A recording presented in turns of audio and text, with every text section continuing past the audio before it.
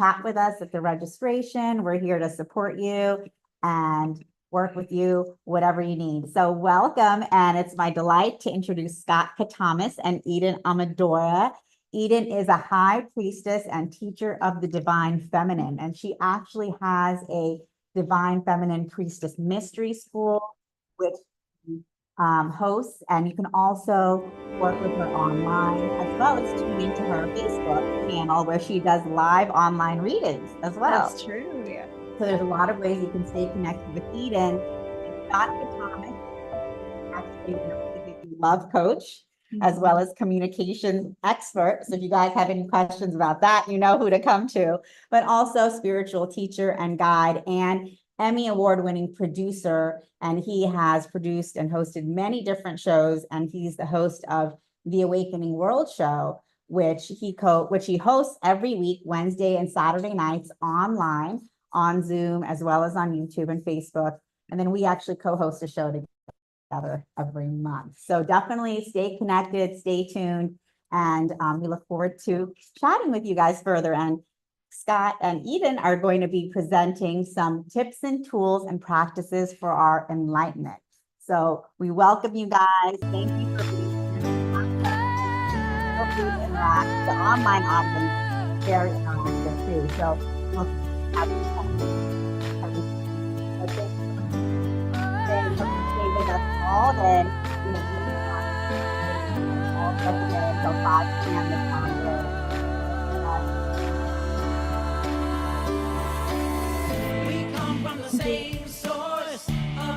And we are actually starting our online show right now. We're playing our little opening banner, and then we're going to go to some songs on the show. I think we'll do that afterwards, because we want to honor both the online audience and our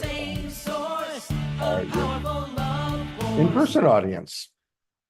Welcome. And here we go.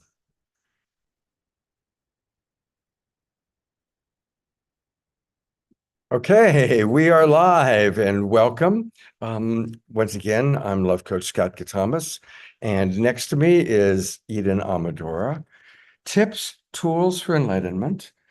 And maybe to drop us in, would you like to lead opening meditation? I'd love to. I'm going to orient a little bit more to the live audience because here we are. It's so precious to be in person.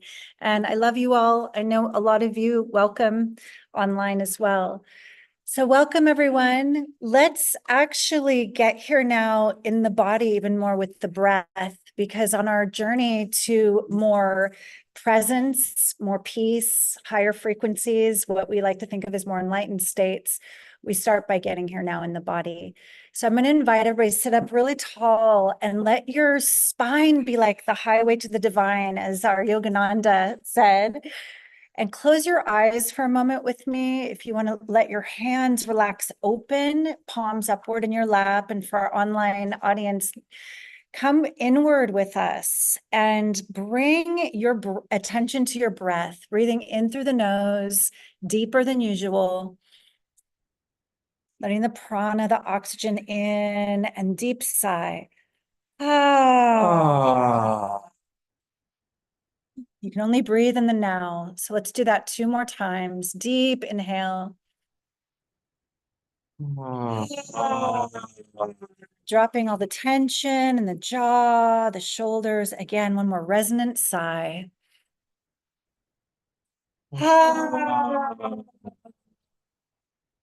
Letting the sound go, but keeping the breath deep and connected.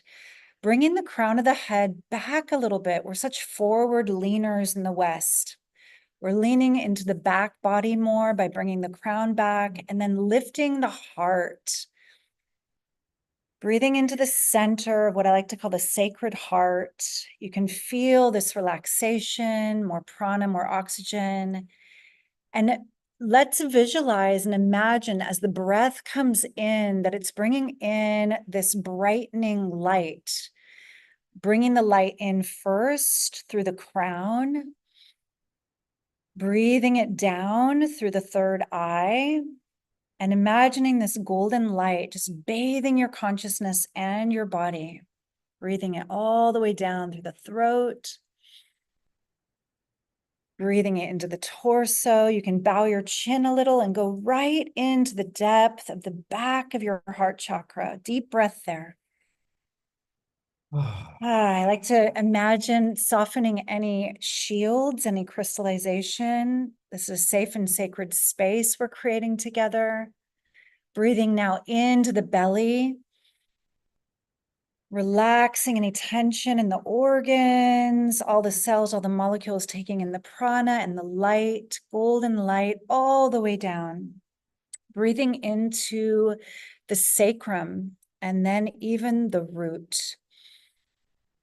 And now imagining this beautiful golden grounding cord coming down through our legs, out the soles of our feet, out of the root, through what we're sitting on, and breathing it right through the floor, into the earth, below the foundation. And just feeling us all grounding here and now in this body at this time together, all across the world, here in this room and online, all of our friends all over the world. And as we ground down together, feeling this network of light that we're creating together. And as we plug into this larger network, we are connected and supported. Take a deep collective breath as if we could light up the grid and to draw this energy back up with the support of all our allies and friends and all the beings who are awakening on the planet right now. And then I'd like you to bring your attention to your hands of light and slowly lift them up towards the heart to press them together. This is a simple mudra. Mudra focuses energy and amplifies energy. The Namaste mudra is a mudra of great connection and gratitude, bowing again towards the palms at the heart. We just invoke a feeling of gratitude together. It's a high frequency. It starts to open the heart, raise the vibration in your whole body. Think of one thing you're grateful for. Could be a beautiful being in your life, or even something simple like being here now, having this experience, letting a little inner smile in. Beautiful. A grateful, open heart is a doorway to higher frequencies. And then we let our hands of light go and we open our eyes together slowly and just take a moment to just feel. Thank you for going on that brief little inner grounding journey with us. Oh, thank you so much. Yeah. It's beautiful. Um, I think we all needed that, right? And Tangela is here too. Just want to let people know. So we can't quite get all three of us. Let's all squeeze tight. Yeah, that. Am I like the luckiest guy in the world right now? So yeah, there we go. Enlightenment. So to both our audience out there and to our online audience, how many of you are seeking or imagining the possibility of being fully enlightened in this lifetime? Anybody? Okay, great. Jazz, she says yes. There's another dog. Oh, okay, Jazzy. You know what? You're gonna have to take over because I have to go calm her down. So we might have different ideas about what enlightenment is. And maybe there's some other words that, like for you, is it freedom? Is it peace? You know, you can start to think about what that means to you. And for our online audience, if you want to type it in the chat, what does enlightenment even really mean for you? Are there any words that could popcorn up for you? For me, it's great peace, great freedom. Freedom from perhaps even like reactivity, right? Because when we're reacting, we're not free. When we're reacting, we're not centered and at peace. So here's some people are already starting to chat into the chat what it is for them. Does anybody want to just popcorn? Don't be shy. You can speak up in this space. What is enlightenment for you? Some of the people that are in, Sylvia says radically aligned embodiment. Grace writes wisdom. And Understanding. Inner peace. Expansion. Getting in touch with my higher self. Mhm. Beautiful. Getting in touch with my higher self. Mark writes, universal logic as the clear recognition of the divine in the other. That's deep. That's deep. Beautiful. All right. Liberation. Liberation. So hopefully everybody can be seen. Jasmine's like liberation. She's, yes. So one of the things that I've observed is that we aren't necessarily fully enlightened all the time, but we have enlightened moments. So what's an enlightened moment mean to each of you and each of you? Well, an enlightened moment for me is when I'm feeling a lot of what you all have been expressing, that perfect peace, the expansion, the knowing, the understanding, and definitely there's moments of that, Right. you know? But it's how do we hold on to it, but also knowing that being able to hold on to that is a journey and it's not a destination. Beautiful. Good. I feel similarly that for me, enlightenment is moments of presence when I'm fully grounded in the body, my heart feels really open, and I can navigate, even if there's a challenge, like let's say there's even maybe upset or reactivity in the field, or someone needs support, that I'm not collapsing into that energy, that I can hold a really high level of compassion and be with them wherever they are. For me, that's a high goal, like to stay there as long as possible. And like Scott said, we don't always hang out there in those frequencies. Even, very profound spiritual teachers where we might have read every book they've written. I'm not going to name names, but one day I was in a Whole Foods line and one of these famous spiritual teachers was standing behind me, grumpy and complaining about how long this line was taking. And I was like, wow, that's so cool. Even he has those moments, very human. We're very human. Yeah, I'm reminded of that wonderful quote from Ram Dass, where he said, if you think you're enlightened, go back home and spend a week with your family. Exactly. Yeah. And I think one of the maybe other things I want to mention about the idea of enlightenment or enlightened moments is it doesn't necessarily mean that you're happy. I think one of you said it's being fully present. And sometimes we're fully present to sadness. Sometimes we're fully present to grief or to pain, and we can actually have a moment like that. And I experienced that. My wife passed away almost 12 years ago. And the moment of her death obviously was profound. And in a sense, and there were several of us in the room, we all kind of experienced an enlightened moment because we were so present to her last breath. We could feel her leaving her body.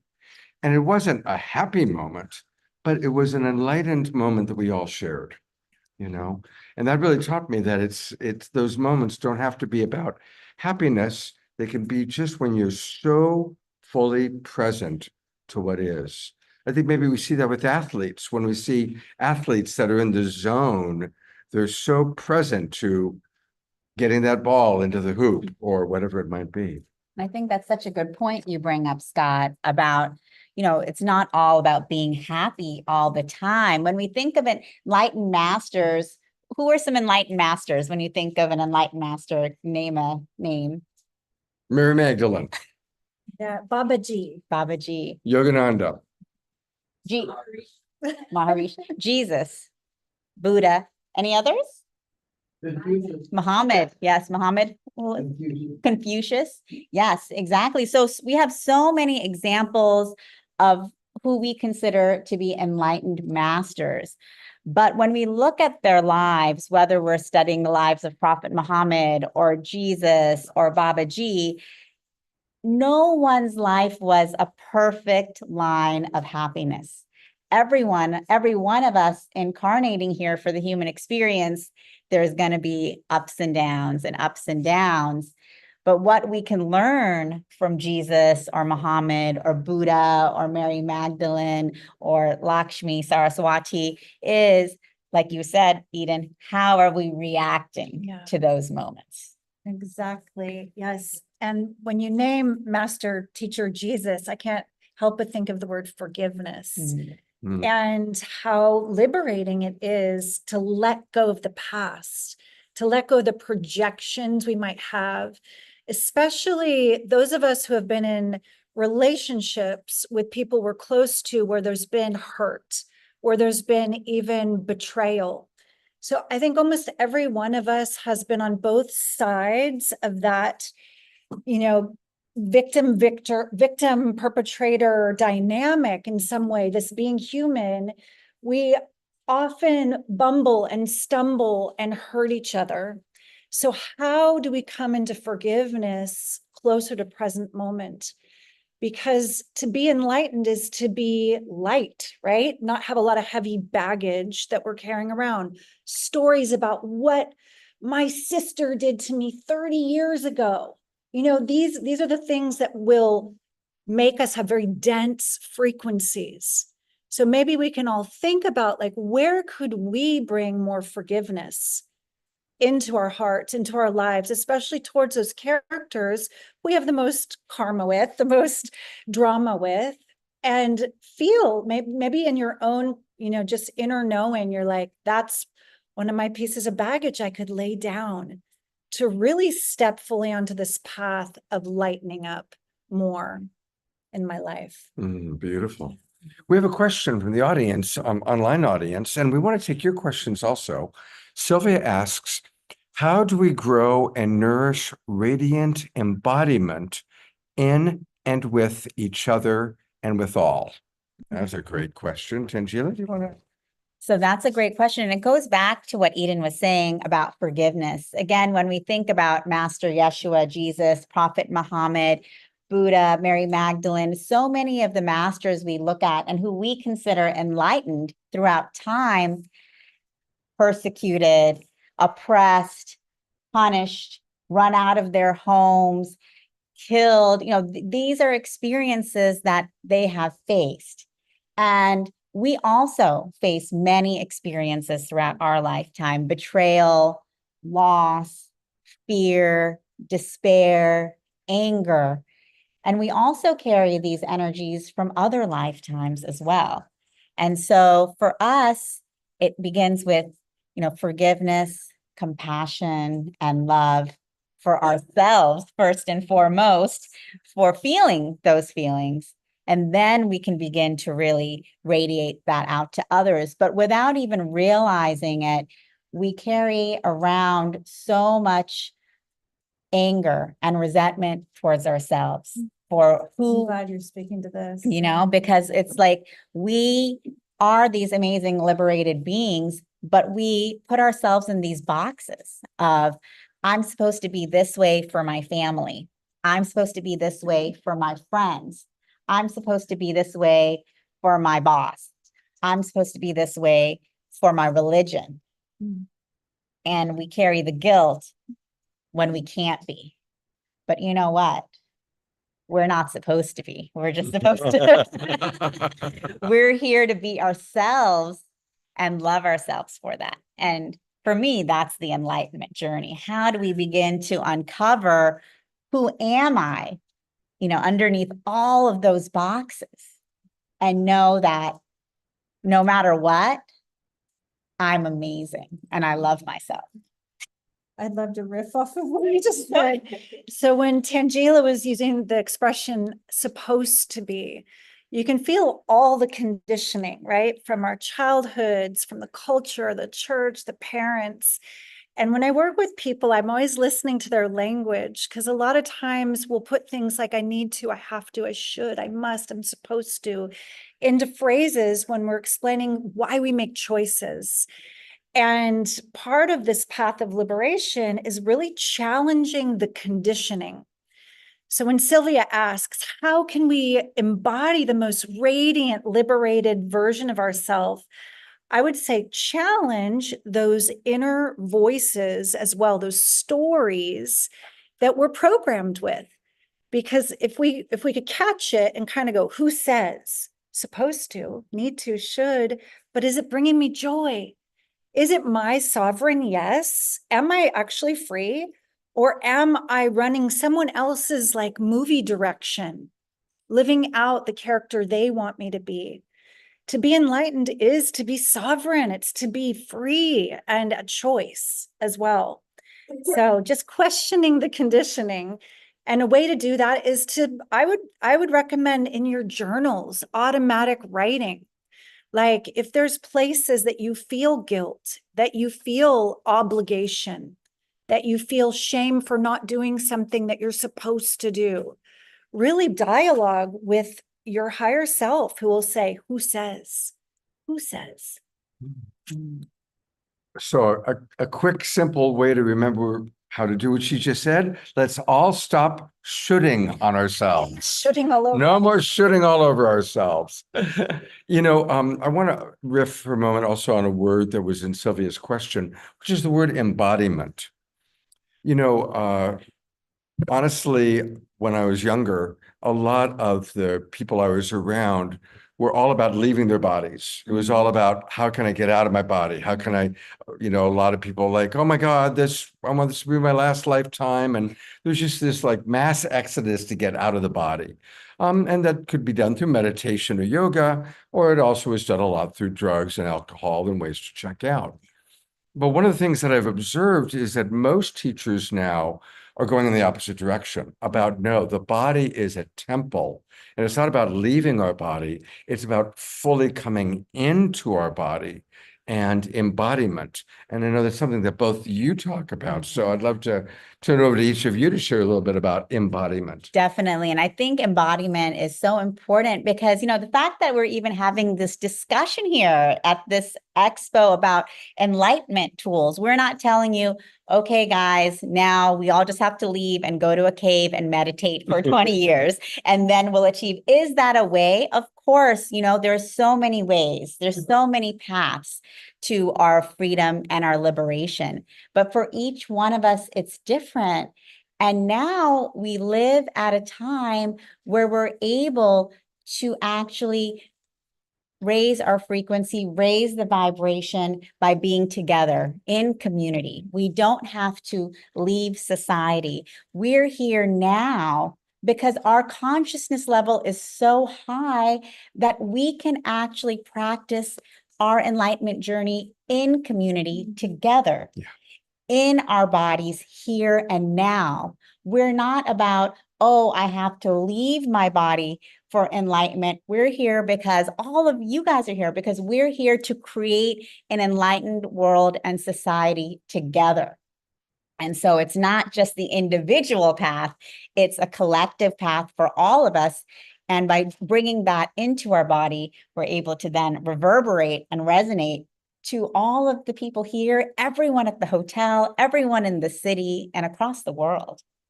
Oh, Yeah. I know you're going to have something to say about that. Yeah. So embodiment is my jam. It's really the yoga of bringing spirit, your whole self, your higher self here now into the body.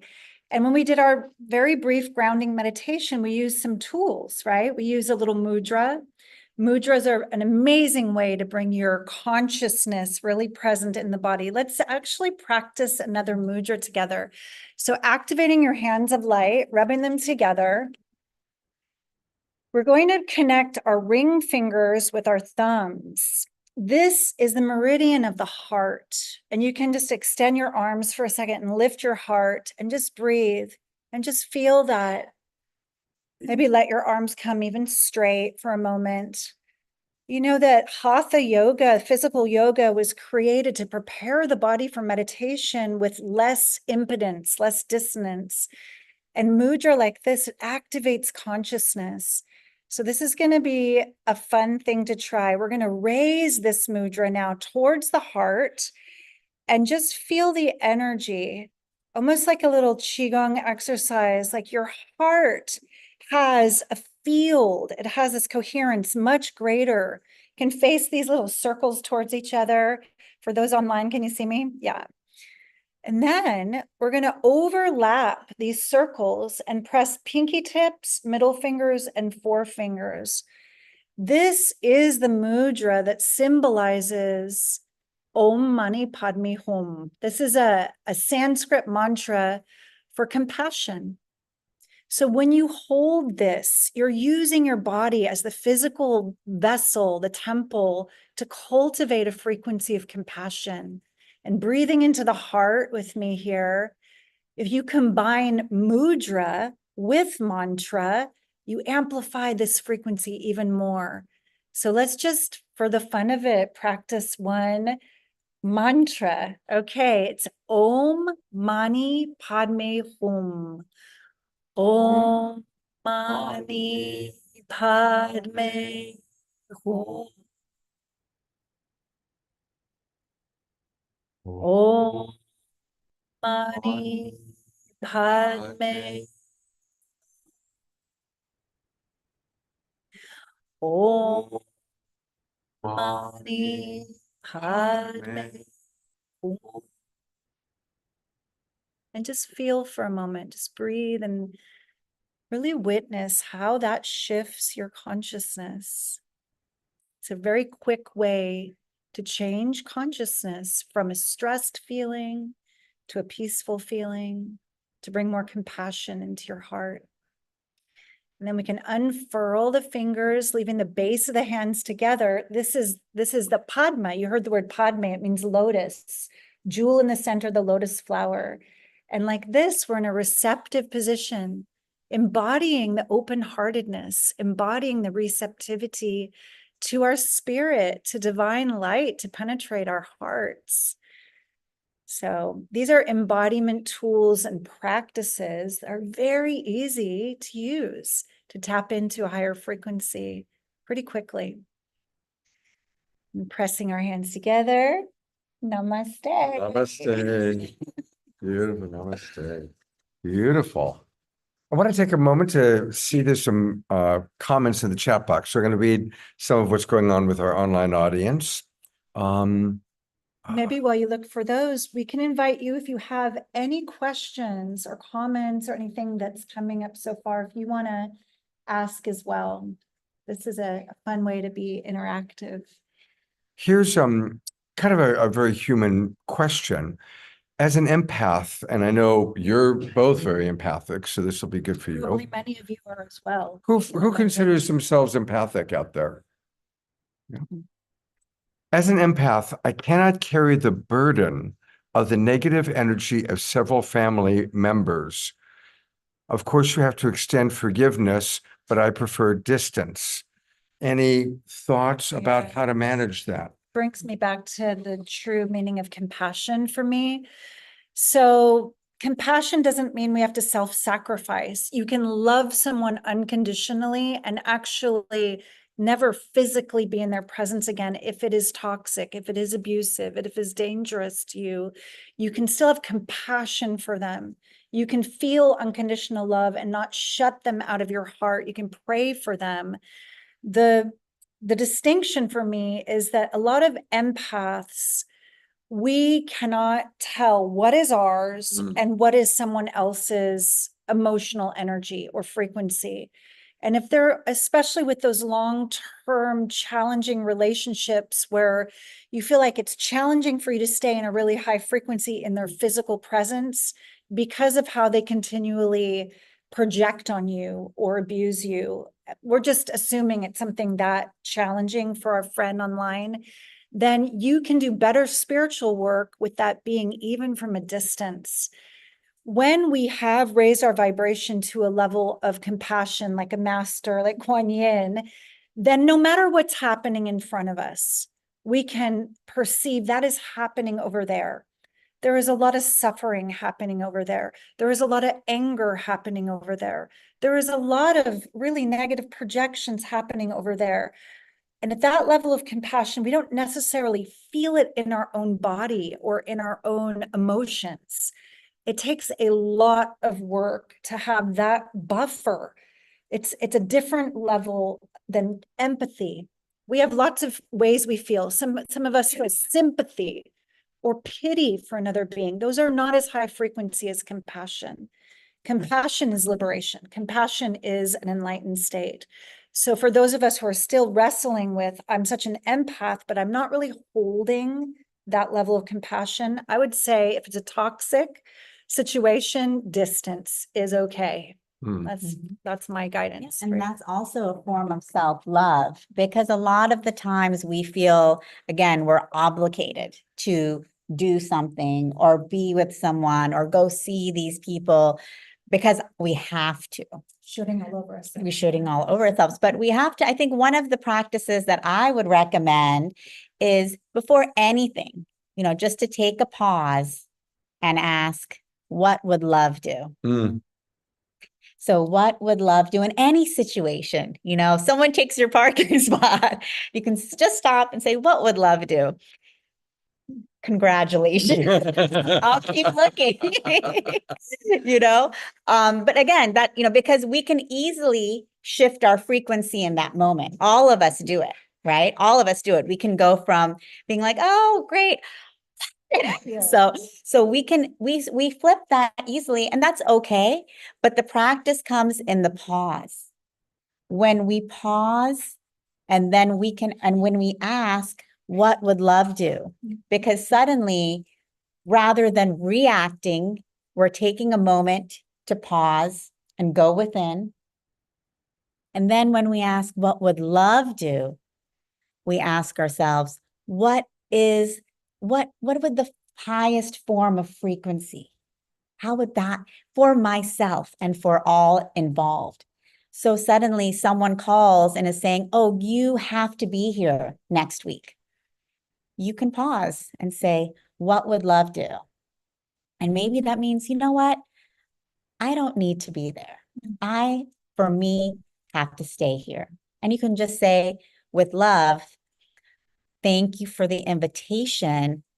Unfortunately, I can't make it. I have something else going on.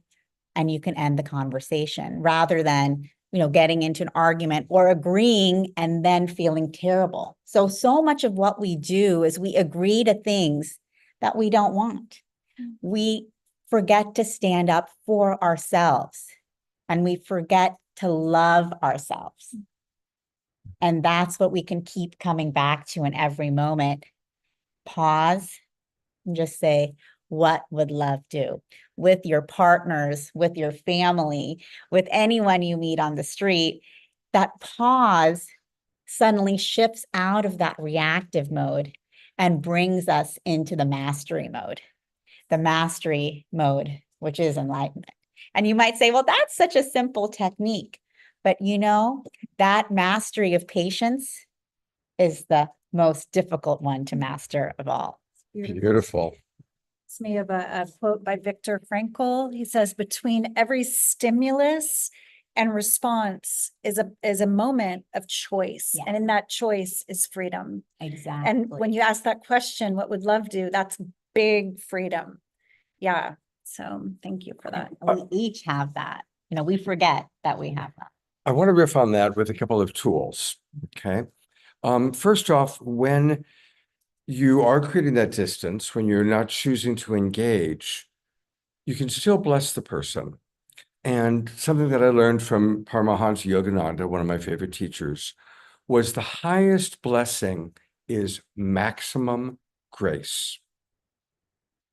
We never know what's really best for someone. We don't know if it's best for them to get the job or not. We don't know if it's even best for them to heal from the cancer, because our life journey is so much greater than our little brains can comprehend. And the truth is, all miracles and all good things come from grace. And so when we bless somebody with maximum grace, we're letting go of our egoic will and letting go of our sense that we somehow know what's best for someone, and acknowledging the bigger picture and putting our energy behind the blessing of the bigger picture putting grace upon that person. So just maximum grace to that person who took my parking lot and spot. Maximum grace for my sister who stole the family fortune, which is a true one for me. Maximum grace for that political figure that really gets under your skin, right? Maximum grace for our beloved friends. Maximum grace. The other thing I want to mention on a practical level is as we're talking about those, what would love do, the holy sacred pause, what we're talking about from a biological standpoint is moving from the back part of our brain, the reptile brain, the place where we perceive that we're attacked or we might be attacked. So we go into a reaction, fight, flight, freeze, and fawn. When the reptile brain takes over, I like to call it when we're abducted by our own reptile brain, our only choices are, as she said, fight, flight, freeze, or fawn. Fawn is when we just totally surrender, give up our power. And none of those are healthy choices, unless you're really, truly in physical survival. Then they come in handy. But most of us are no longer in physical survival anymore. Thank God, how blessed we are. What we want to do is live in the frontal lobe, the temporal lobe, which is where the empathy center of the brain is and the observer part of the brain. And I want to share a brief story about the Dalai Lama as a source of inspiration for all of us. The Dalai Lama allowed researchers about 10 years ago to hook up electrodes to his brain and track how his brain operates.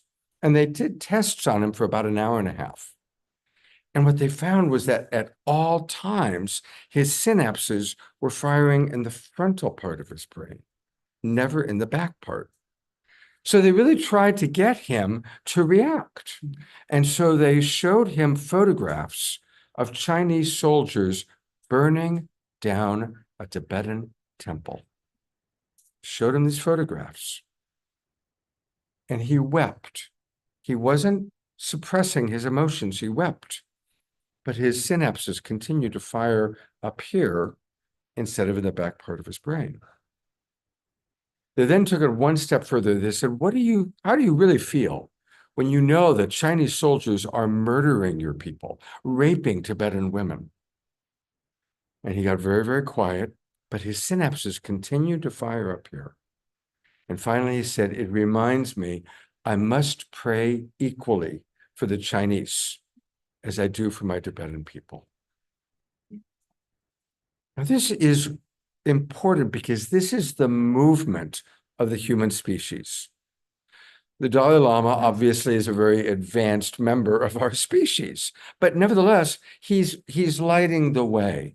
And Tangela and Eden in their way are lighting the way of how we can have more enlightened moments, how we can move from our reptile brain reactivity into our frontal lobe.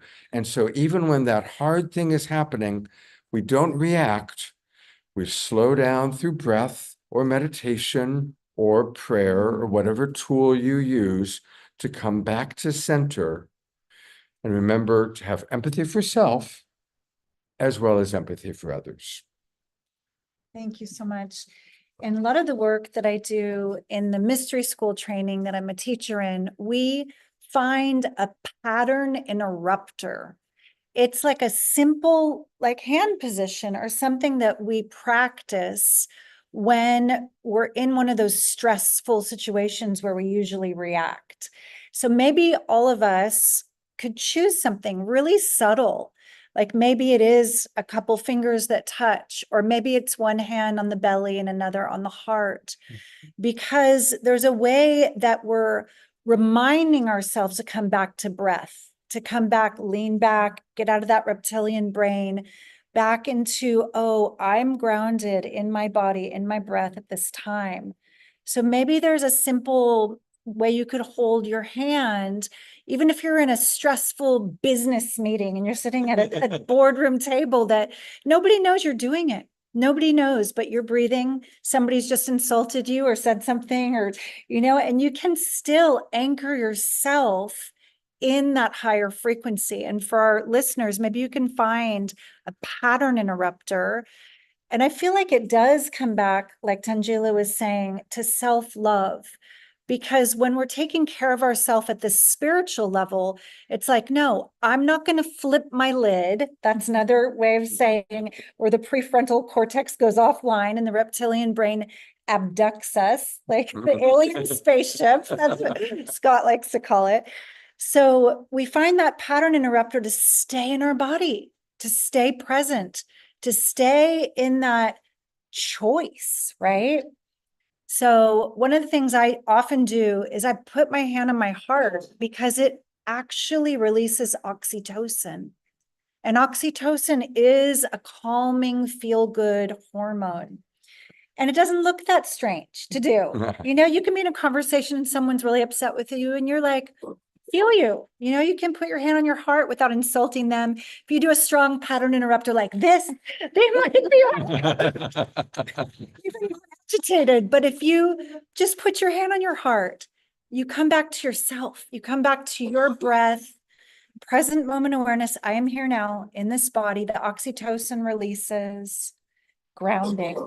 So it's a very simple way of helping ourselves come back to self-love. Beautiful. Yeah, I love that pattern interrupter. And I love this movement right here of putting the hand on the heart because, we live in such a busy world with a frenetic mind where we're always up here. What's the next thing I have to do? Where's the next place? Who do I have to call? Who's coming over? And this is where we are. But then when we put our hand on our heart, it's that embodiment piece of bringing us back to who we are, back to the heart. And so, like Eden said, whether it's in a difficult moment, difficult conversation, or even just a frustrating moment you're having on your own, just putting the hand on your heart and taking that deep breath in and that deep breath out.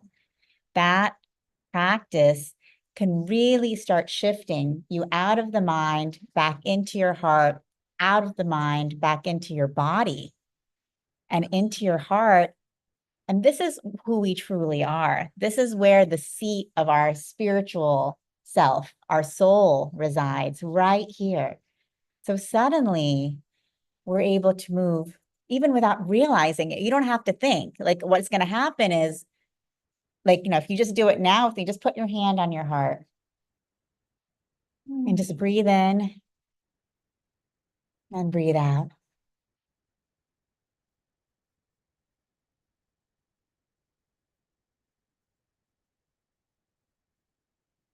Just feel into your spiritual heart and feel at peace. And just in these moments, we've shifted the entire room, the entire space for not just each one of us, but for every around us. And it just took 10 seconds. So this is a powerful tool and practice we have with us in every moment that we can just put the hand on the heart, breathe in and breathe out, and feel at peace. Because the peace is within us in all moments. We just forget. And the story you told about the Dalai Lama is so powerful because he is living in that peace. He is living in that compassion moment to moment. So much so that when seeing those horrible pictures, he said, it makes me remember to pray more for the Chinese. And that is the enlightened moment, right? Because when we are living in that space, we will never be tolerant of war, of starvation, of poverty, and we can create the enlightened planet that we know is possible. Beautiful. I think we have time for maybe a question from the audience, and while you were doing that, I'll check and see what's happening online here. Any questions coming in? Yeah, or something that's resonated. Margie? I just have a comment about the skills. I have been using, I took a course with Scott a couple of years ago in love and relationships, Mm. and we did a lot of stuff with nonviolent communication and empathy.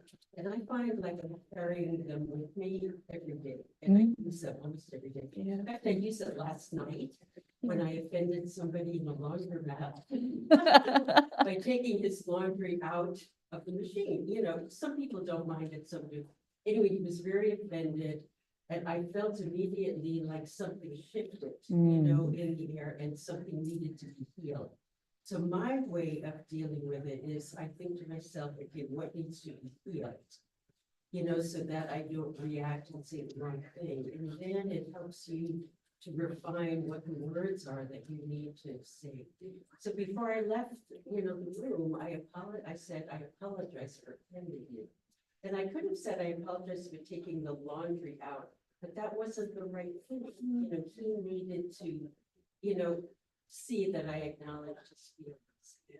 And it worked. He said, yeah, thank you. Beautiful. So it does work, you know, but just tune into what needs to be filled there. In a difference. Thank you, Marjorie. Thank you. Well, there's been a dynamic conversation going on online with people talking about spiritual bypassing and all of that. So maybe get some thoughts. And I want to acknowledge Dorina Joy from Ecuador. We are truly the Global Peace Tribes, who are people from all over the world tuning in. She writes, thank you for your sharings. And she likes to apply the 5 steps before we speak. And it's an acronym, THINK. And the acronym is T for is it true? H for is it helpful? I for is it inspiring? N, is it necessary? And K, is it kind? Think. That's a beautiful, that's a good one. That's a great tool. So question about spiritual bypassing. How do we stay in our bubble of love while still staying connected and having empathy for what's going on in the world? Well, I think with your share, that was a really good lead in to how to stay present with people. And I'm going to bring back in compassion, because for me, compassion is to stay with what's happening. And when I work with people, I look at I don't just listen to the words, but look at their bodies, how they're holding themselves, their faces. It's like people are communicating a lot more than what the words are saying.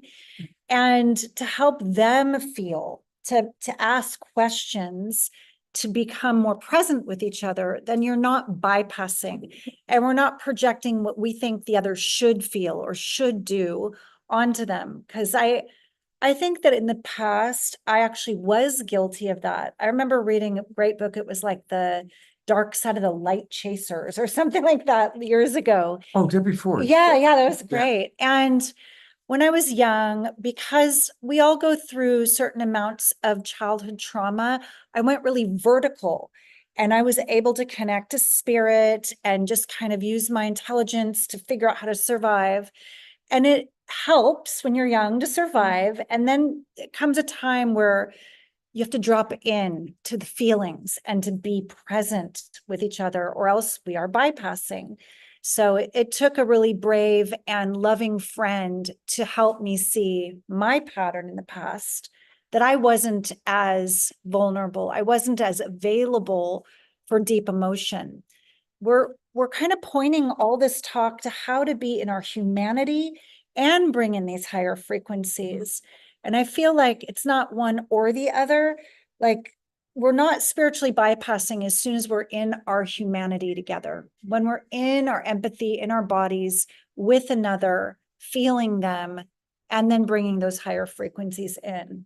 That's what it takes. Beautiful. Definitely. I think spiritual bypassing is such an important question. How many of you know what spiritual bypassing means or have heard the term? No. Can you tell us? Yes, okay, sure. So it's a term that's often used in the spiritual community because we talk about everything is love, all is love, everything is love, all is light. So people say, well, that's spiritual bypassing if you're only talking about the love and the light and you're not talking about, what we may call negative emotions or negative experiences. And if you're jumping in, that can be called spiritual bypassing. And it's really important because just like we talked about at the beginning, our human life, we have the range of emotions. That's why we came here. That's why we came here from the heavens. And the heavens, not like planet Earth, we came here for this school, for the highs and the lows, the anger, the joy, the despair, the desperation, the bliss, all of it. And so when we feel the sadness, the anger, the despair, it's normal, and it's also all part of the love. It's all part of the light. And for us on our enlightenment journeys, it's not about acting like those painful experiences that we've had in our life don't exist, because that's spiritual bypassing. It's actually going into our feelings and trying to see, where are they coming from? How can I heal them? And that journey is different from everyone. We have room full of healers in there, and there's so many practices, whether it's somatic, breath work, body work, yoga, therapy. There's ways we can go into our feelings so that we can then set ourselves free, and we're no longer ruled by our fears, ruled by our anger. Think of it like turning the lead of those dense, suffering emotions into the gold of our presence, Yes. like our inner alchemy and the path of integration. Because when people are spiritually bypassed and ignoring the suffering or the denser energies, they're actually not getting the gold. They're not receiving the full presence and wholeness that's possible. Exactly. And it's the full love of who we are. We're not here to be ashamed of things that we've done in the past, that we might regret, that we might have hurt people. We have done things that other people might consider wrong. That's okay. That's okay. And so, one of the practices that I would recommend, just in your own meditation or time of prayer, time of silence, if something comes up, don't suppress it and put it aside. Let it come up and just feel. And then say, what can I learn from this? Or Spirit, show me how to move forward, and then see what comes to you so that you have a path ahead. It's 5 minutes until Charlie time. Yes. So we're going to kind of wind this part up. We're going to have, for our online audience, Omashar is going to play a song. And in 5 minutes, the great Charlie is going to be sitting here. And he happens to be in the room right now. So Charlie, you want to share a little bit about what you're going to be talking about?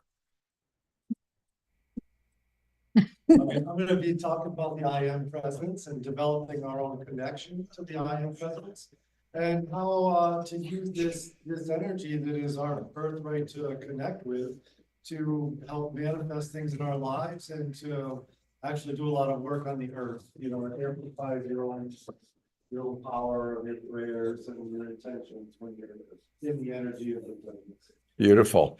So what Charlie said is he's going to be teaching all about the I am presence. And before we end, I want to give Eden a chance to let people know how they can get much more of her, since you got a homeopathic dose of Eden today. Well, for those who don't yet know me, I do a free divination call working with archetypes of the divine feminine. And for all of you as well, if you go to EdenAmadora.com, free offerings, you can join me on Wednesdays, most Wednesdays, for mystical insights, oracle office hours. That being said, this Thursday is a special event. You know what it is? What? It's the 8/8 Lionscape Lionsgate. portal. And this is a time that our ancestors, the ancient Egyptians actually really revered, when Sirius, it's kind of like the mother to our star, like Isis to Horus to our sun. The helical rising of Sirius aligns to our sun, And they used to celebrate this was the flooding of the Nile. It's a time of great prosperity, abundance. We're in Leo energy, which is all about the heart, the sun within the heart. So this Thursday, and for all of you online, I'm going to be doing a free call called the Lionsgate Activation Call, which I would love you to be a part of. You can donate. It's anything from $3 to $33, or if that's too much, just come. No one will be turned away. So Lionsgate this Thursday, if you want to join in a ceremony, in a ritual that amplifies our abundance codes and true prosperity, which we know is so much more than just the material things that we have. It is the ripple of the big love. And the what time on abundance. Thursday? It's at noon Pacific time this Thursday. 12 8 to noon 8. Pacific time online. And if you go to EdenAmadora.com, you can get Yeah. the details. Join any of the free offerings, the mystical insights, or the live spiritual masterclass, and you'll get the link for the Lionsgate. Fabulous. Wonderful. And so thank you all for joining us for this talk. I hope that you received some practical tools and tips, some simple ones that you can incorporate in your day-to-day lives for your enlightenment journey. Thank you for being on your enlightenment journey and participating with us in your own personal enlightenment, because that is in service to the enlightenment of the planet and of the universe and the multiverse. So we're going to take a 5-minute transition. We're going to online turn it over to Omashar for a song and bring the great Charlie up top here. Thank you, everyone. Thank you, everyone.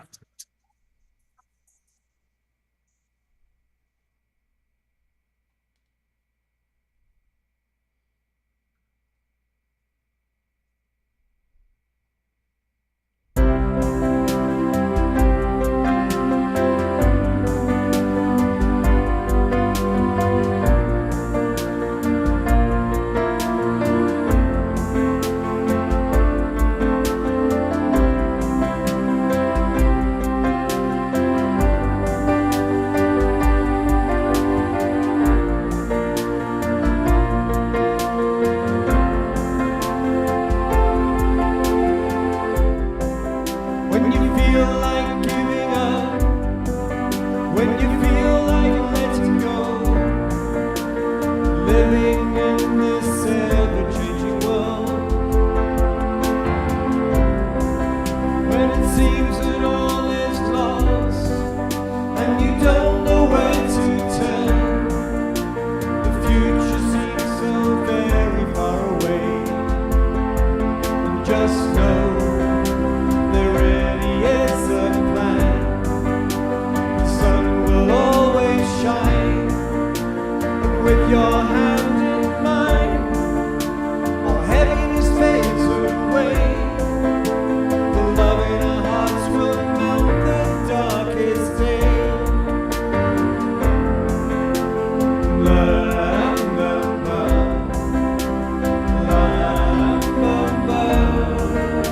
The love in our hearts will melt the darkest day. So when it seems that you're alone and the fears knock at your door, remember I am just a breath away. You are my brightest star. You've just forgotten who you are. Remember there is nothing in the way. So just know there really is a plan. The sun will always shine, and with your hand in mine, all heaviness fades away. The love in our hearts will melt the darkest day, the darkest day.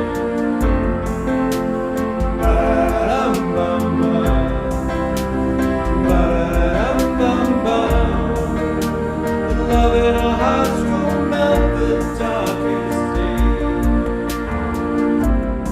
So when you feel like giving up, when you feel like letting go, remember I am just a breath away.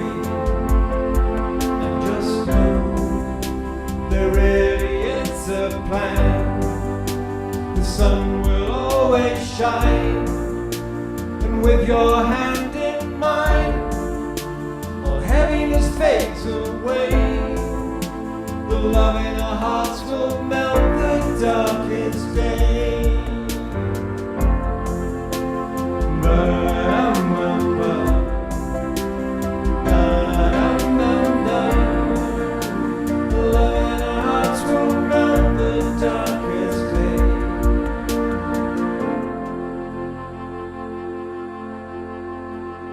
We're ready for you, Charlie. Hey, let's take a moment though to all twinkle our beloved Omashar. Thank you, Omashar, for that beautiful song. And will you be able to do one more after Charlie? Fabulous. We are now turning it over to Charlie.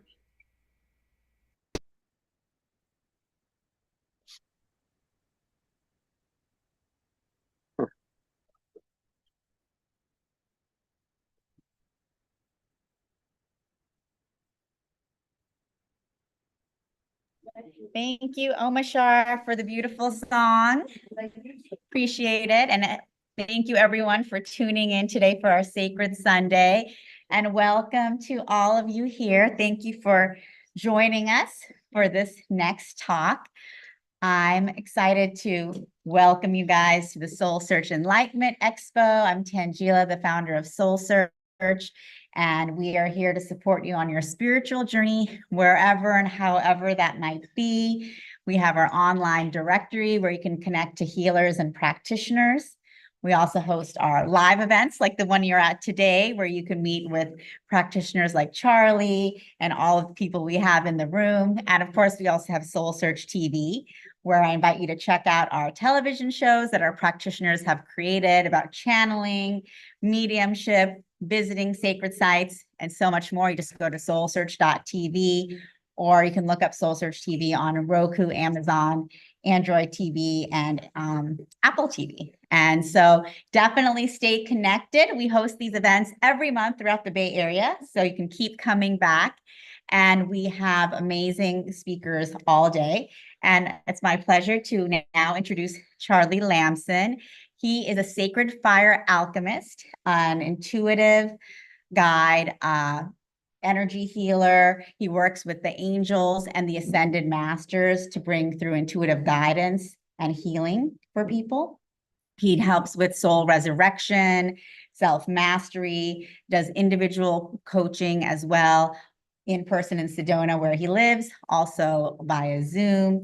And he is in the Bay Area the next week. So whether you're interested in working with him here at the show or in person, he is around. And today he will be giving a talk on the I Am Presence and how by connecting with the I Am Presence and the ascended hosts that can support us in our spiritual transformation and journey. And Charlie is also my husband, so so I'm very familiar with his work, and I'm really blessed to have him as my partner because he supports me in doing all of this work with all of you. So thank you for being an amazing husband. And without further ado, I will let you take it away. Welcome, guys. So what I wanted to speak to you guys about today is the power and the understanding of the I Am Presence. It's very common in our society today where people are teaching I Am affirmations and things like this. But I want to take your comprehension of this a step further than just positive thinking. Okay, and to understand that there is a true force in nature that we are invoking every time we use the words I am. Okay, and the more we comprehend that term, the more powerful our affirmations, or what I call decrees, can be. And the more we do this with a rhythm, there's universal laws that are becoming more prevalent in the consciousness of humanity. And one of those is the universal laws of rhythm, of doing things every morning or every night. You begin drawing like a higher current of energy. It's like you're beginning to create a whirlpool of energy that is your birthright to use in the outer world to create your life or to make yourself healthy, to change things. But most of all right now, the need of the hour is for people to come into this higher comprehension and come together and specifically in like groups of 3 to really bless the earth, because the earth is going through a major transition right now. And she's calling on everybody that's awake, alive, and alert to really start using the energy. She's not getting the energy necessarily from the sun like we do. She gets her energy from us, okay? And the sun kind of comes through us, if that makes any sense. And so the more we come into a comprehension, we can truly make this world this accelerated transition occur. Got some activity in the got some activity in the room. Let me try to get a straight face again. Huh? So the words I am is a connection that we have had, and all the master teachers throughout the ages have given their comprehension of this. Okay, and the most recently would be like Jesus when he studied under Maitreya and was given the term I am that I am to meditate on for years. Okay, and to come into that comprehension that wait, I am means we are all one I am. It's not just one nice thing to say, but then to come to understand that then there's an individualized I am that is attached directly to our consciousness that we have an access to. And 100 years ago, or almost 100 years ago, dispensations were given from higher beings that oversee humanity's evolution to bring these teachings of the I am back into the human consciousness that hasn't been here since the time before the flood. Okay, and this is also learning how to use certain angelic energies that I call sacred fire. The people have heard the violet flame, but believe me, there's many more, and they all have certain activities that are very prevalent in the world today. Now, with the building the relationship of the I am by invocation and decree, you will first begin feeling the currents of energy moving through you. They are holy energies. They feel very euphoric. You'll feel it in many different ways, and you'll feel it very rapidly when you have the comprehension that you're actually, when you say the word I am, that you are actually invoking a higher version of yourself to come into the body and do the works. Okay, the masters, when the master healers, they would say, I alone do nothing. The Father through me does the works. This is what they're talking about. Okay, this means you're bringing forth the higher power through you with the use of the word I am, but it takes the comprehension of the word and that activity of what you're doing to really bring this forth. And as you begin practicing this is why the masters will also begin teaching the violet flame, to use the violet flame in your body and in your emotions, to begin balancing this energy, because you become very powerful. Your mind power becomes very active, I guess you could say, in what you create in your life.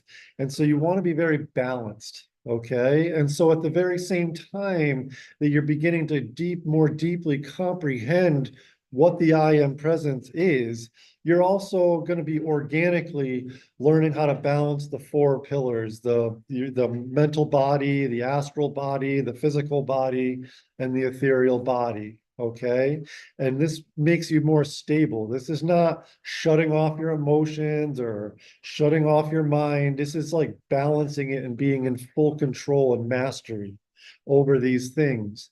And then moving into the physical body, where all of a sudden you'll organically start to eat organic food and exercise, but you'll feel like a nudge to do these kind of things. And this is where you really begin expanding your magnetism and your magnetic power. I'm going to lead you guys through a basic activation to really connect you guys to a certain current of energy. And we'll do a little blessing on the earth. If you guys would like to join me. Does anybody have any questions? Anything coming up for anybody that's before we begin? And we'll do some questions after.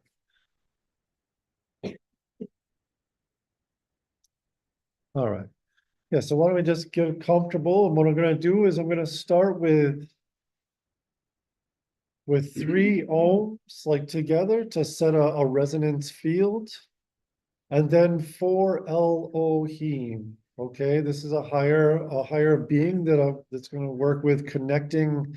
They work with the Elohim are like the creators of form, but also ethereal form, okay? And what we're gonna be working on is really connecting, and it is of your own free wills, obviously, but to help you connect a higher, like a bigger cord or a tube of light around you. And so I'm gonna call we'll call the Elohim to be working in it, and it is your Elohim, okay? There's not like you're borrowing my angels. Everybody has their own set of the universe, okay? And they'll be working on developing this energy for you, and then we'll go into like a short guided meditation and blessing of the earth, okay? Why don't we take a couple deep breaths?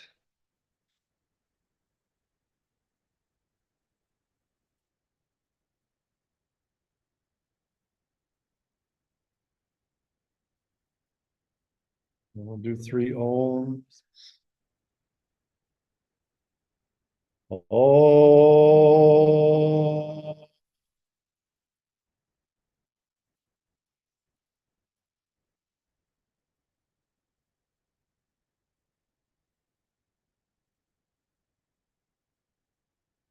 Oh.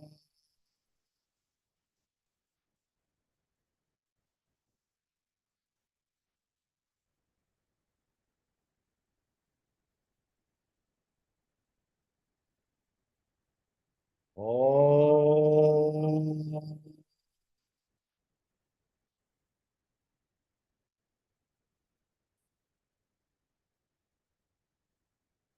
Good, and now we'll do 4 Elohims. Elohim.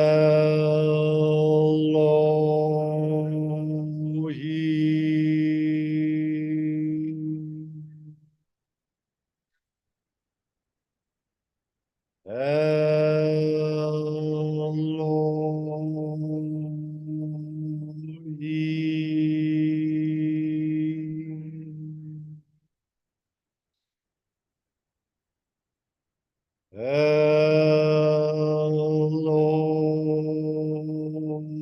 Elohim.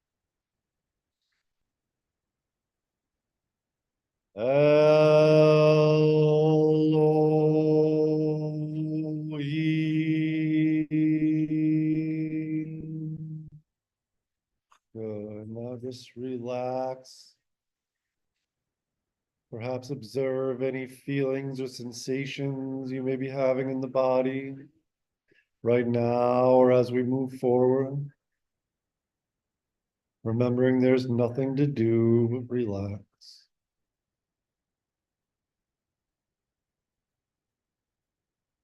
And as we're sitting here in the mind's eye or your imagination, remembering always that your imagination is not make-believe, but is indeed a bridge to creation.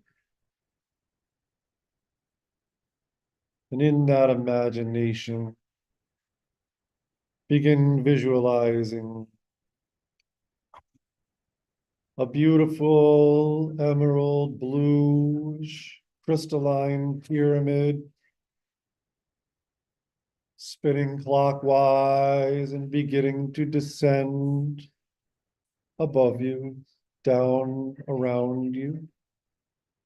It is ethereal in nature, effortlessly floating. As it gets closer, you begin to see that it is 88 feet square at the base and 88 feet tall to the cap. Allow this pyramid to continue descending below your feet until you are dead center.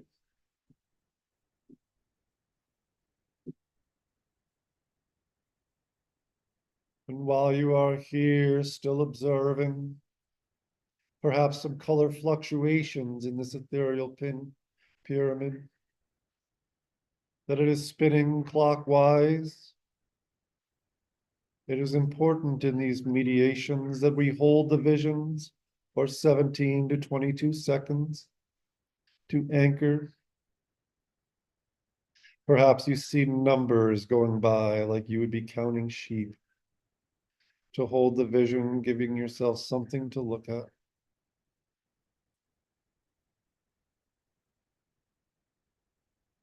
Observing maybe how your skin feels, if there's any magnetic change in your field.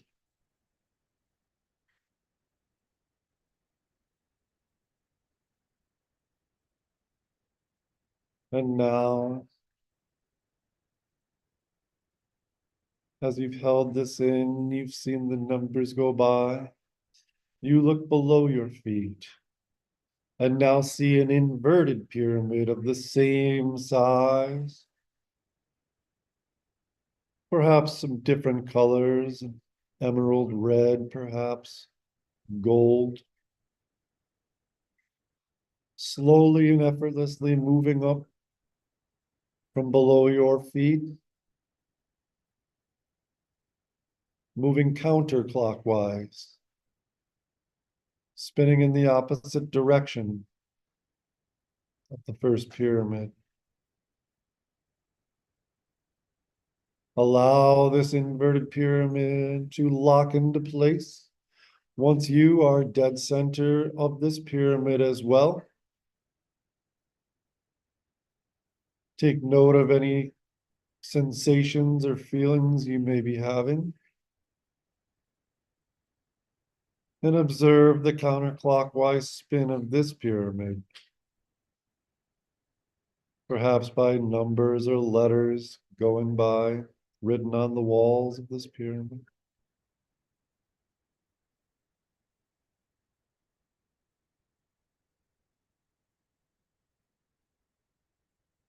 Perhaps a symbol or something may come into your mind. You may take note. Or when you're practicing this at home, perhaps you keep a piece of paper next to you.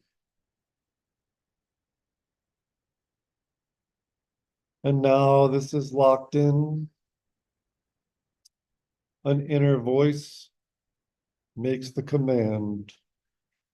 Merkaba on.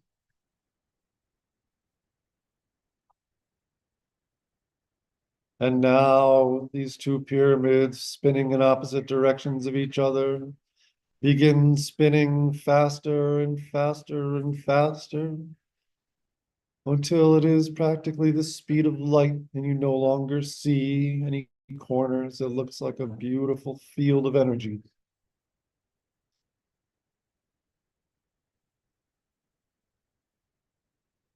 And now it's very easy. You can move your consciousness out of your body, almost as if you're looking at your other body in the Merkaba field. And observe.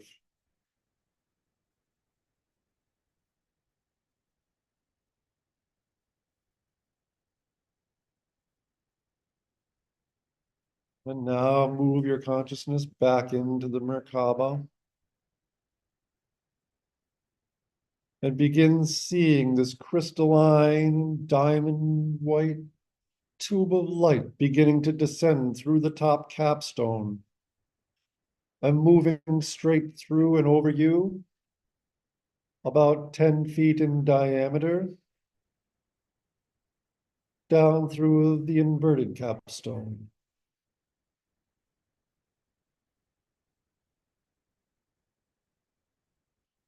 This too is also spinning counterclockwise and fluctuating in many different colors. Almost like a waterfall with little crystalline specks of all the different colors of the rainbows. A great living light that is around you. And still with this, observe any sensations. as this tube of light will be a great key for you moving through with these earth transitions. And now, as the directive has come that it is time for humanity to purify and balance their 4 lower earthbound bodies,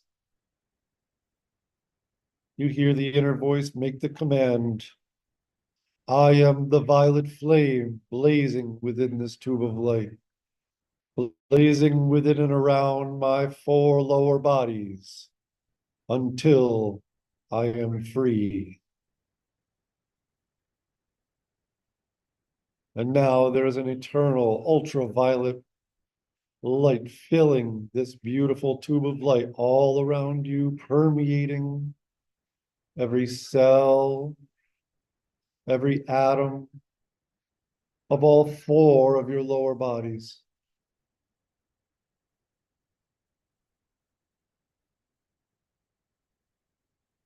You may begin feeling a cool vibration, very peaceful sensations. And let us hold the vision of this violet flame, repeating the basic mantra, I am a being of the violet fire. I am the purity God desire. Repeating like a mantra while you're in meditation builds a great momentum of this force, a great gift to purify all karma, all energies that have stuck with us for thousands of years. The dispensations have been granted from the great central sun of Alpha and Omega, reminding us that the victory has always been won.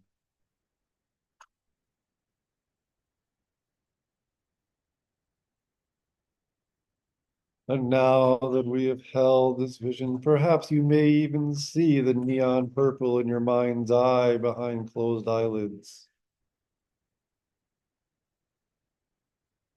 And if not now, I'm sure you will. As you begin working with the colors and the flames, you will be able to invoke these different energies, and all of them have different flavors, different activities. But the violet flame is the alchemist flame.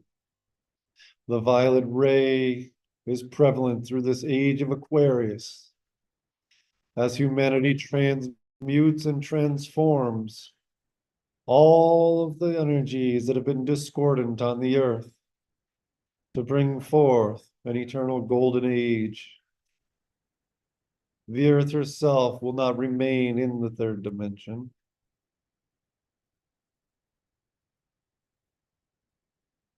And now that we have the Merkaba field set, your electronic tube of light set at anchor, blazing with the freedom flame of violet, allow ourselves to now move up through the buildings and up through the sky, effortlessly now.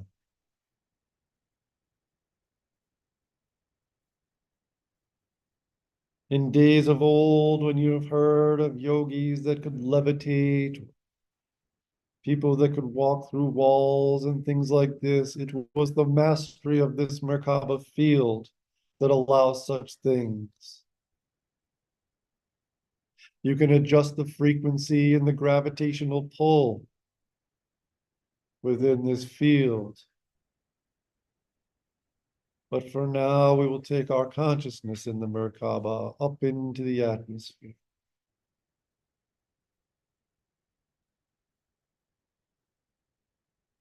From this perspective, as we sit here in perfect comfort, the earth is just a masterpiece. It is so beautiful. You're above the problems and the turmoils, the anxieties of the matrix. And you begin remembering what it truly feels like. to be one with your I am presence. From this perspective, it is hard to judge anything, for judgment was never ours to need to do. All we need to do is love and send love.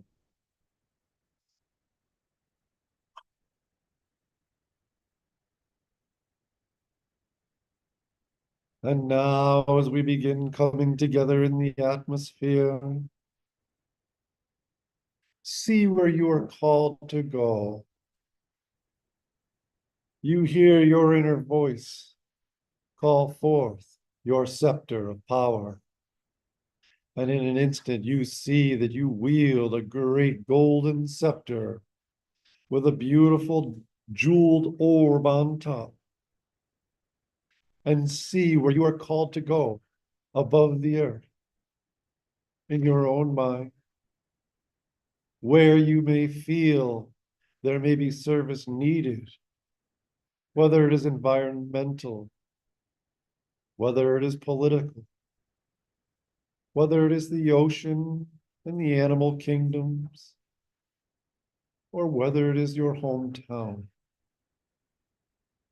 It matters not, just trust your intuition of where you would like to have this profound activity of light take place.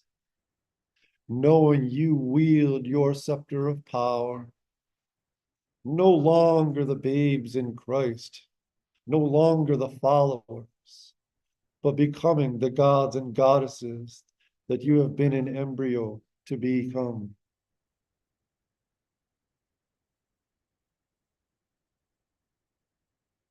And now, as you think of this place that you would like to be of service in this activity of light, you begin seeing angels beckoning you to the place so you know exactly where it is, for there are no maps from this perspective.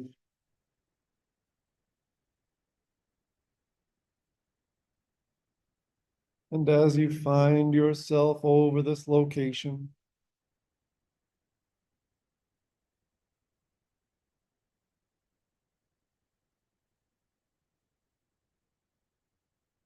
you begin raising the staff.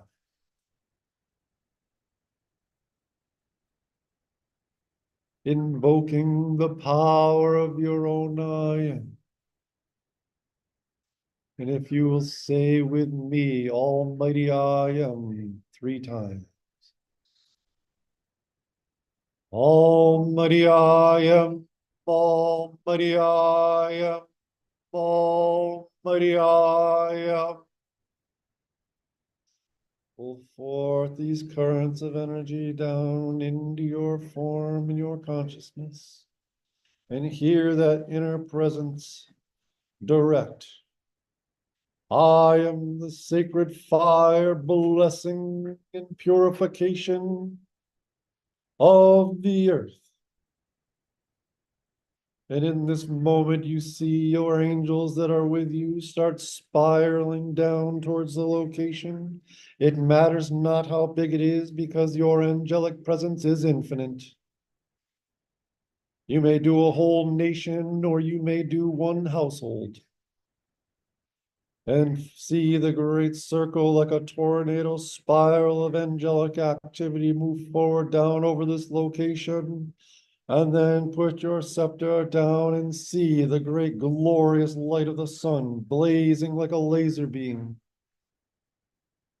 purifying, blessing these electrons, elementals, every flake of consciousness with peace, justice, and grace.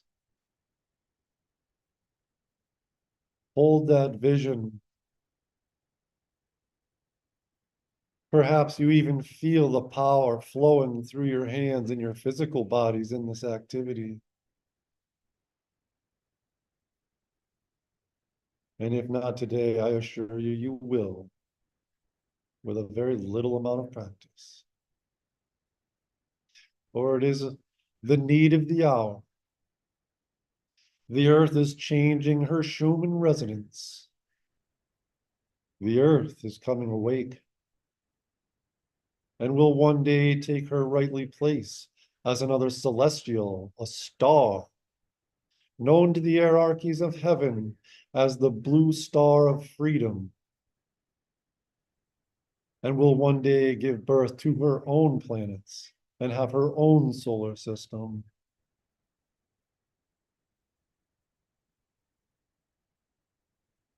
Take note of what color the rays of light that are coming from your scepter are. They may fluctuate. Violet, pink, or perhaps the golden sun rays of illumination,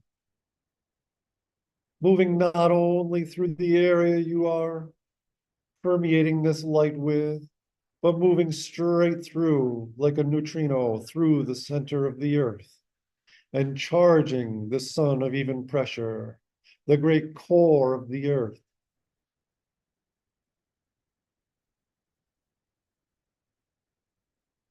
Giving her earth the daily bread of truth.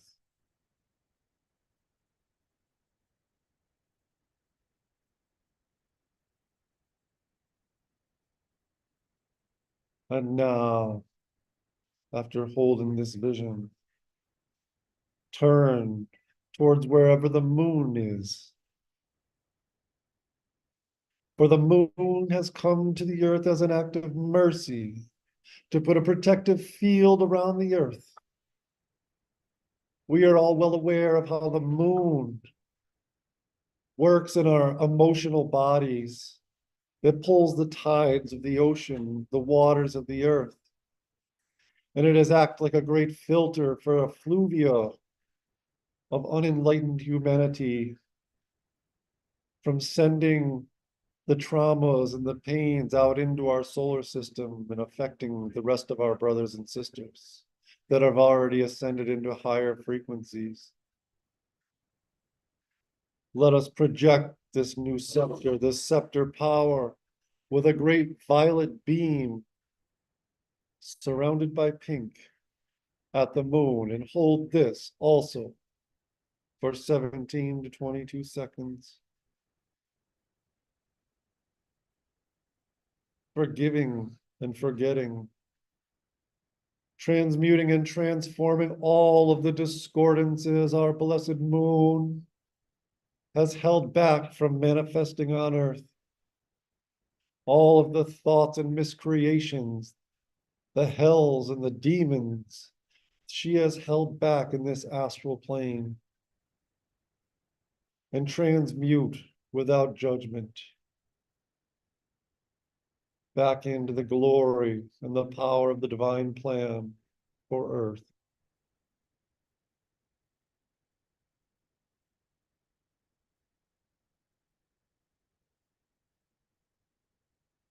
Perhaps you see the moon in your mind's eye turning a beautiful fluorescent pink and violet, transmuting every mineral, every grain of sand, all discordant energies that have been there. Liberating these blessed beings, for every electron is its own life force and consciousness. Every atom and cell a universe unto itself.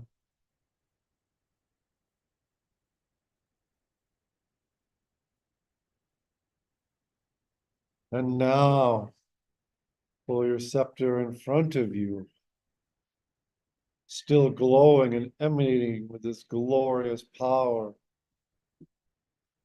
Tap the orb to your forehead and hold it there. Observe any energies you may begin to feel emanating this glorious neon pink field around the outer side of your body and supercharging a great violet ray through every electron, atom, and cell.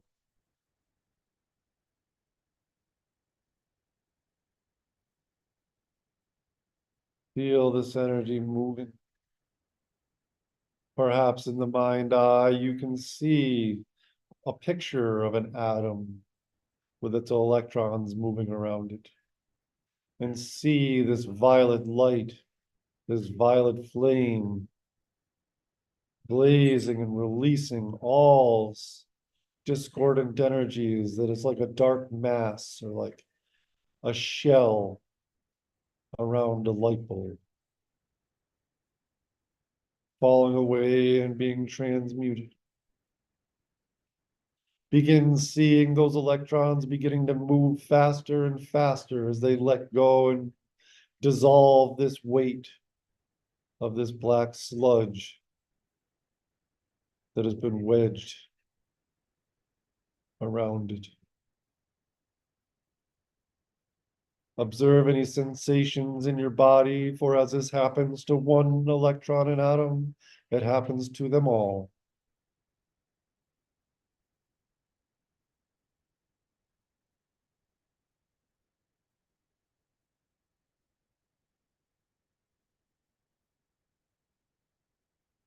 And now, tap this orb to your heart and let it disappear and dissolve into your heart where your hands are free. And know that this tool is always with you to use and utilize in all and any meditation.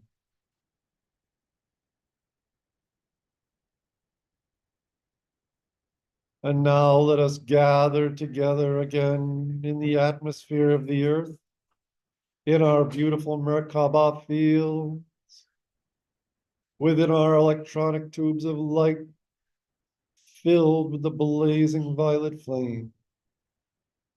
And take a moment to look and observe at your brothers and sisters that are here with you.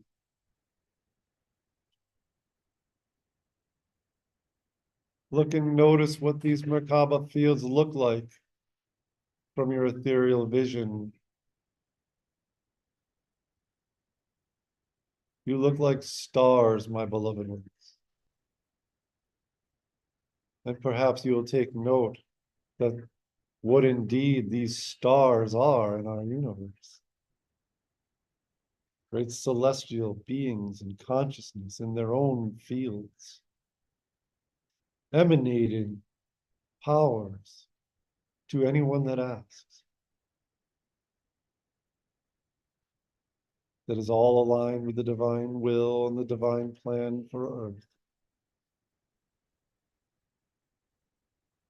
And now we'll let us begin descending back into the room.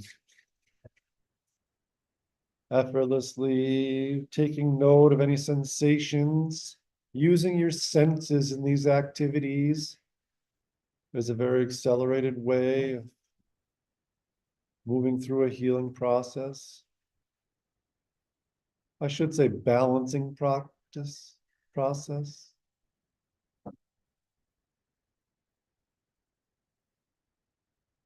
Great, I see you all back in the room. Now rub your hands together. Still holding the vision and knowing that Merkaba field is always with you. You do not need to be in meditation. Calling on it every once in a while when you're driving, it creates a great field of protection.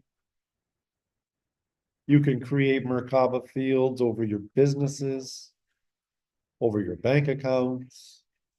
We can do these things. This is like ethereal fire that these are created from. And we'll come into the room. How's everybody feeling back in the bodies? So what we are doing here is very real, okay? These are practices that we have known for a long time.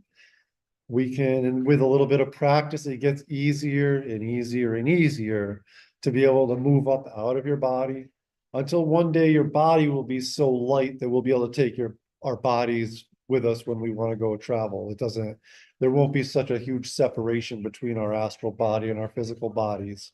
We'll be able to move more freely and then solidify ourselves again and all this kind of thing as we move into the next octaves of light. Once we pull more out of this third dimension, and we're making a pretty big jump in this what we call a shift of the ages. We get a shot at this about every 4.5 million years to move up an octave.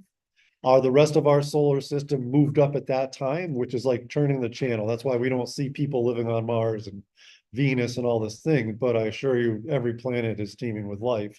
It's just on a different radio channel. Okay, and now we're about to make a jump and catch up with them. We stayed behind I mean, people will call it an experiment or something like this, but humanity was a very pure consciousness for millions of years. And during that last shift of the ages, there was going to be a time when other souls of other worlds were not going to be able to make the jump with their world, and they would not have, you have to have, your consciousness must match the frequency of the planet you're from, or you can't incarnate onto it. And so there's always a certain amount of energies that are smaller percentage, like a 0.1% of the collective consciousness that would not, if the planet ascends, they're not going to have a place. They'd be like left as orphans. Okay, they call them recalcitrant or just too dense to move forward in the dimensional jump. So the Earth at that time took those energies into herself and to let them go through their cycles and to heal themselves here on Earth at that time. And so the Earth stayed back in the third dimension when everybody else jumped forward. And now we're at a time that has all been balanced and healed. And so the Earth is ready to move forward. And this is what we're going through now. And this is why people are being able to comprehend metaphysics, like on a very collective level. People are all over the world, in all ages. A lot of times people didn't really contemplate on what comes next or who am I until you were about a week away from crossing over. What's next? But this is happening. Kids are being born right now with a very direct connection to their I am presence.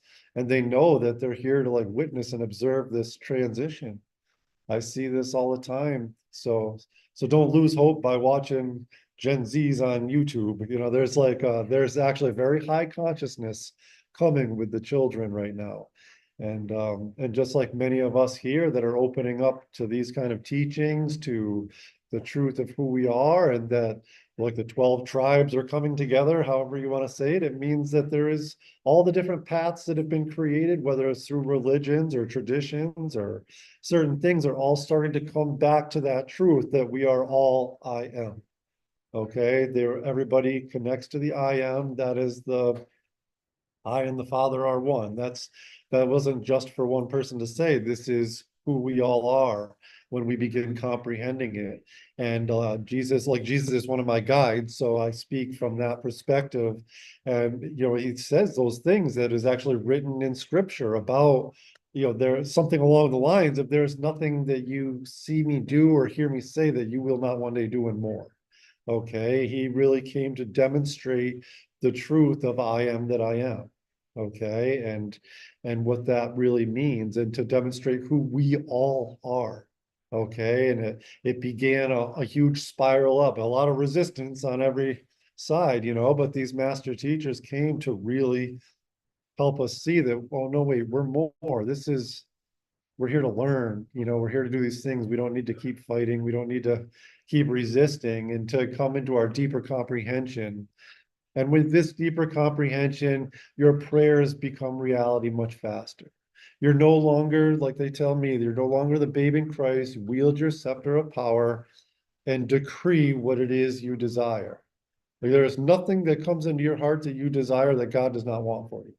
Okay, this is your connection is with God and is God.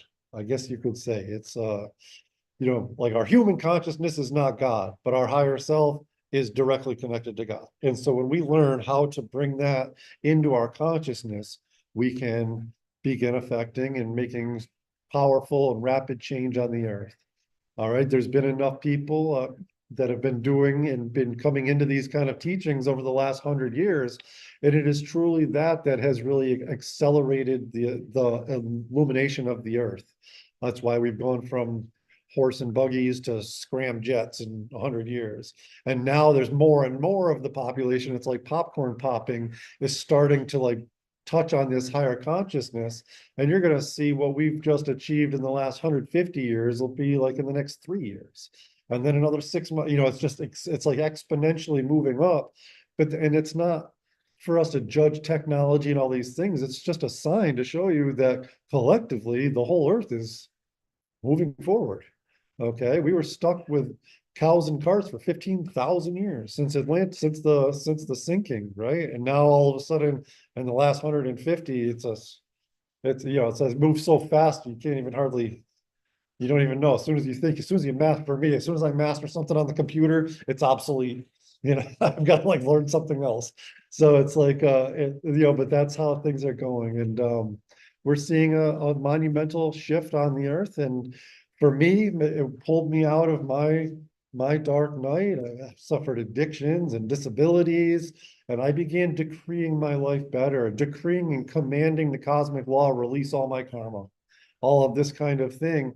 And it was wiped out of me when I finally, like, it wasn't with like belief, but it was more like faith. And I'm just, even myself, we're always expanding and learning. And it's one thing we must believe, like to know, but it's more about knowing and having faith that you know, and be prepared for everything you believe to keep getting shattered as you're moving up the ladder and then restructured. Okay. And it's part of the process, and it becomes less personal and more impersonal, which doesn't mean you don't care, but things don't affect you so much. You can just start seeing, like, if battles break out on the earth, or if there's an earth, these different kind of things, you can say, okay, they're going to get it. They're going to, like, you start seeing it from your IM's perspective. Like, it's like, some people wake up, a lot of people, they don't want to hear that alarm clock, like they want to punch the alarm clock. But the truth is, you got to wake up ready or not. It's time to go to school, time to go to work. And so it'll play out in many different ways. And the best thing we can do is pray for grace, send grace and peace and justice into things. And I don't mean judgment. Okay. Justice is universal balance. And a lot of the times when we invoke those laws of justice and the laws of peace into situations, into weather patterns, if hurricanes are forming, the elementals, we're also going through, it's not just humanity going through this, is that there's the elemental kingdom is side by side with us, and also the angelic kingdom of the earth is side by side, parallel with us. And we're all going through this change in consciousness. So it's important for us as the God beings, because humanity is the God beings, we are the ones with the dominion, that we properly bless them and acknowledge them, acknowledge the air you breathe, tell your air you love it. It sounds very childish, but it's all of a sudden you notice your lungs get bigger capacity. Like when we do these little things, when you have a campfire, bless your fire. A fire is such a beautiful thing, and it's magical.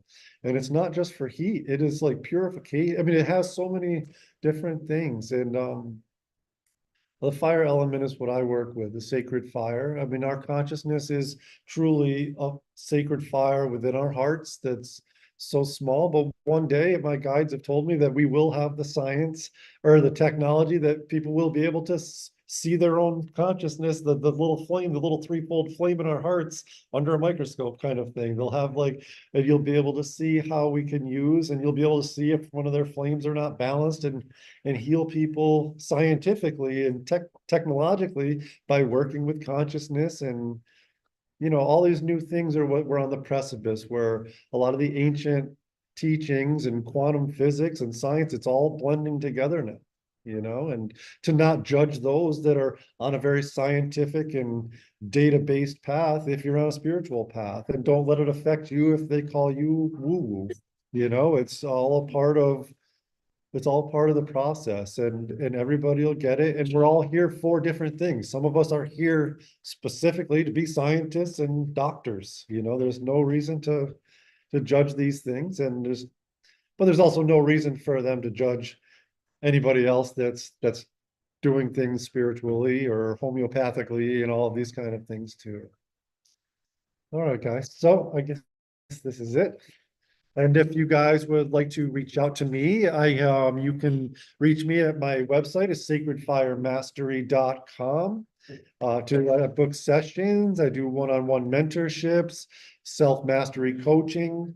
Also, I'm a channel, so I channel your angels and guides if you have any questions that's going on in your life. And we can do healings remotely or in person. So feel free to reach out to me, Charlie Lampson at sacredfiremastery.com. Thank you.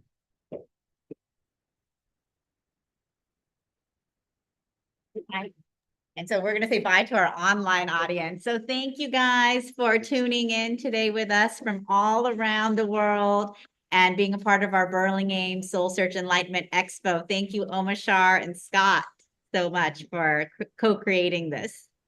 Fabulous job, Charlie. Thank you so much. Changila, you're amazing. And I tell you, I want to encourage everybody to come to these expos. They're really fun. I'm meeting fascinating people, and they're really a lot of fun. So, and great job. Thank you, Charlie. Thank you. And we are going to conclude our Sacred Sunday show with the Alpha and Omega Man, our beloved Omashar. Yay. Well, that was fun. And how cool is that? I'm going to play us a song called In the Stillness, and then I'm going to go out for a bicycle ride up in around the paths of Colorado. And so I'm going to press a button here to get me sounding awesome. This one. And here we go.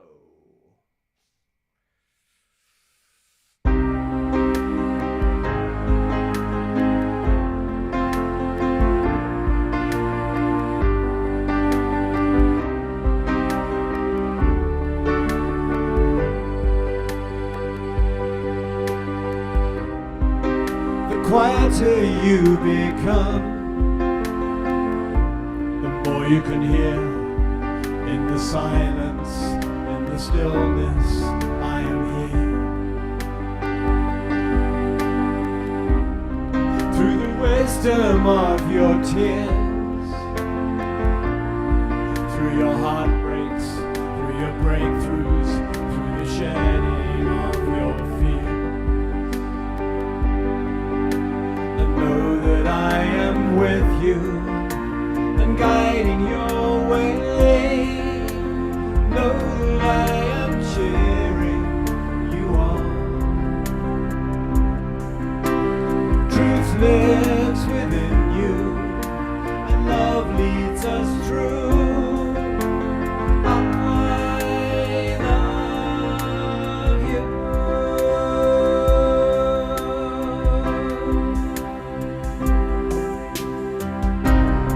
Now your heart and mind is clear,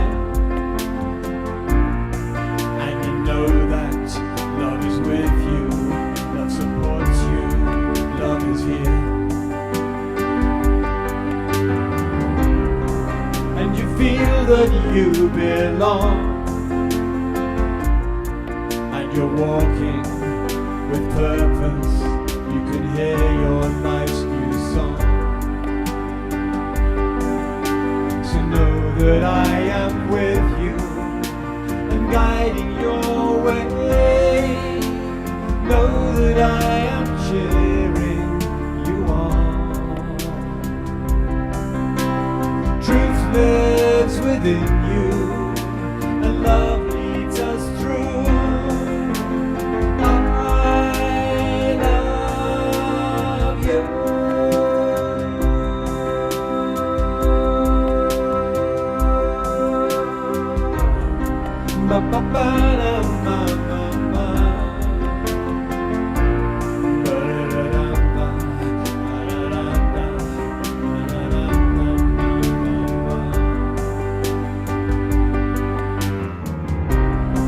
Through the wisdom of your tears, through your heartbreaks, through your breakthroughs, through the shedding